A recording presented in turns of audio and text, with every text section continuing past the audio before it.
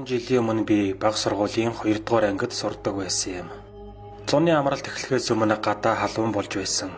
Бидний амьдардаг байсан газраас бисээ тоглоомын газар хол байсан учраас хүүхдүүдэд тоглох газар байдгүй байлаа. Найзууд маань голдуу манахаар зочилдог байсан. Учир нь манай орон сууцны ойролцоо жижигхэн гол тоглоомын талбай байдаг. Бас тэнд хаягдлын цэг байдаг байв. Тийм ч жижигхэн цэг биш. Хуучин машин захилгаан хэрэгслүүд овоорсон үнэхээр том газар. Би дарын хаалгаар нь орж талбайд нь ядартлаа тоглодог байлаа. Тоглож байгаад ээжид баригдвал мэдээж толгоогоо эргэтэл загнуулдаг. Сургуулийн оюун баяргээд баасан гаргийн өдрийг амралтын өдөр болгосон юм. Тэгээд би 5-аараа сэрэн найзуудтайгаа бусад өдрийн адилаар уулзгаар очив юм. Гэвч гудамжинд хинч байсангүй. Манайхаас хамгийн хол амьдардаг Жунхол гэртээ байж таарлаа.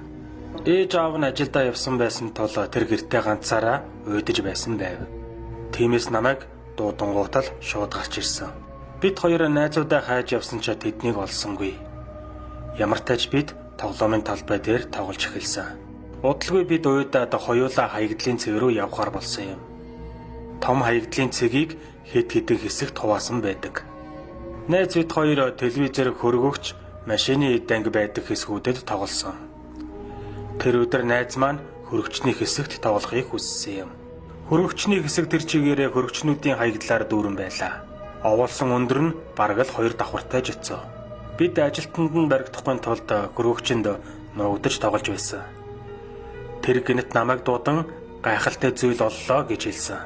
Тэнд маш том мөнгөлөг өнгөтэй бүр маш том хэмжээтэй хөргөч байсан. Тэр үед хүүхдүүдийн хувьд дотор нь орж тоглож болохоор хангалттай зайтай байлаа. Би гадна талыг нь тойруулж нэлээд харж байтал гинэт тэр дотор нь орно гэж хэлсэн. Айсандаа би түүнийг зогсоох гэсэн ч тэр татгалзаж удахгүй гарч ирнэ гэсэн. Тэр хүлээж байгаарай, хүн эрхийг харж байгаарай гэсэн. Тэгээд тэр дотгошоо орж хаалгаа хаасан. Би энд тоглож байгаагаа баригдаж ажилчдад нь загнуулахыг хүсэхгүй байлаа. Тэгээд би ажиглаж байтал нарч айжимдаа доошоллоо. Удалгүй би түүнийг хаалга нэ гэхийг сонсов. Надаас онгойлгоодох гэж гуйж байгаа нь хачин санагдлаа. Өмнө нь орохдоо өөрөө амархан л нээгээд орчихсон шүү дээ. Удалгүй би бариулнаас нь барьж хаалгыг нээх гэж оролдсон. Яагаад тэрнийг надаас нээж өгөхийг гуйгаад байсныг одоо л ойлголоо. Хаалга онгоохгүй байв. Хэдхэн минутын өмнө болоо зүгээр л онгойчих байсан. Гэвч одоо хамгаалалтын нэгэн төрлийн систем нь ажиллагаанд орсон бололтой. Эцэст нь бид хоёр айж хоорондоо шалтгаангүй маргалдав. Яах гэж чи наана орсон юм бэ? Би ээж аавыг дуудаад ирье, хүлээж бай. Би энэ дуудаанд дэсэхгүй шүү, хурдан эргэж ирээрэй. Би сэтгэл дотроо маш их тэрдэж байлаа. Би гэртээ ирээд ээжид ойртон хаягдлын цэгийн тухай хэлхийг хичээсэн. Гэсэн ч ганц ч үг дуурч чадаагүй. Учир нь би хаягдлын цэгт тоглож байгаад баригдахаар түүнд аимшигтай зоддолдог байсан. Тиймээс тэрэнд үнэнийг хэлэхээс айсан юм.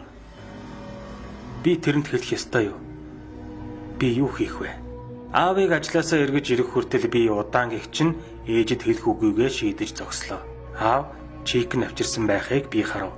Тэгээд би чикнээ идэж байгаад найзыгаа бүр мөсөн мартчихсан юм.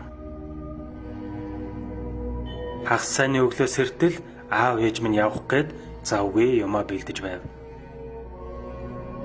Учир нь бид манай нагцын гэрэл амархаар явхаар болсон байв.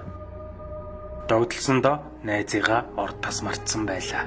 Гэр бүлийнхэнтэйг цөөрөмд ирээд би бүхэл өдөржингөө усан тоглож амттай хоол идэж эцэст нь гэртээ ирээд нам унтав. Бүтэн сайны өглөө би оройтон босч телевизэр үзэж өдрийн цайны цагаар ээжийг даган сүмд очиж найзуудтайгаа тоглосон.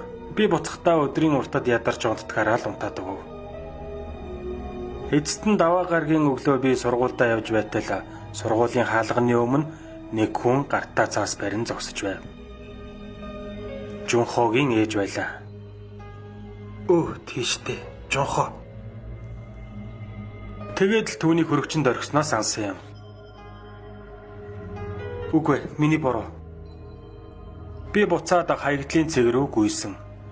Магадгүй би амьдралдаа анх удаа л юм хурдан гүйсэн байх. Ямар тач би хаягдлын цэгт ирж хөргөчний хэсэгт очсон. Гэтэл хөргөч байхгүй болсон байлаа.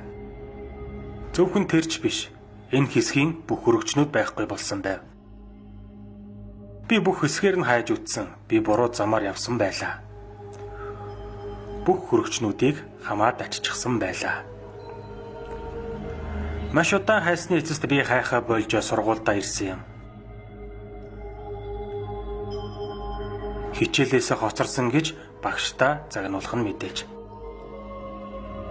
Гэвч би түүний тухай бодохгүй байж чадахгүй байлаа. Би яах ёстой вэ? Би үнэнээ хэнд хэлэх ёстой вэ? Жонхогийн ээж дөө эсвэл өөрийнхөө ээж дөө?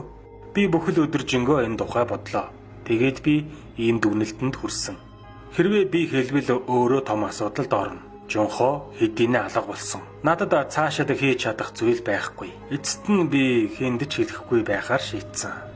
Дараа нь бид өөр газар руу нүүж би өөр дунд сургуульд явдаг болсон. Сурах сонсохноо Жонхоо одоо ч олдоогүй байгаа гэсэн. Би одоо коллежид сурдаг. Ажлын өдрүүдэд Жонхоогийн ээж бага сургуулийн өмнө зогссоор байгааг би хажуугаар нь өнгөрөхдөө хардаг.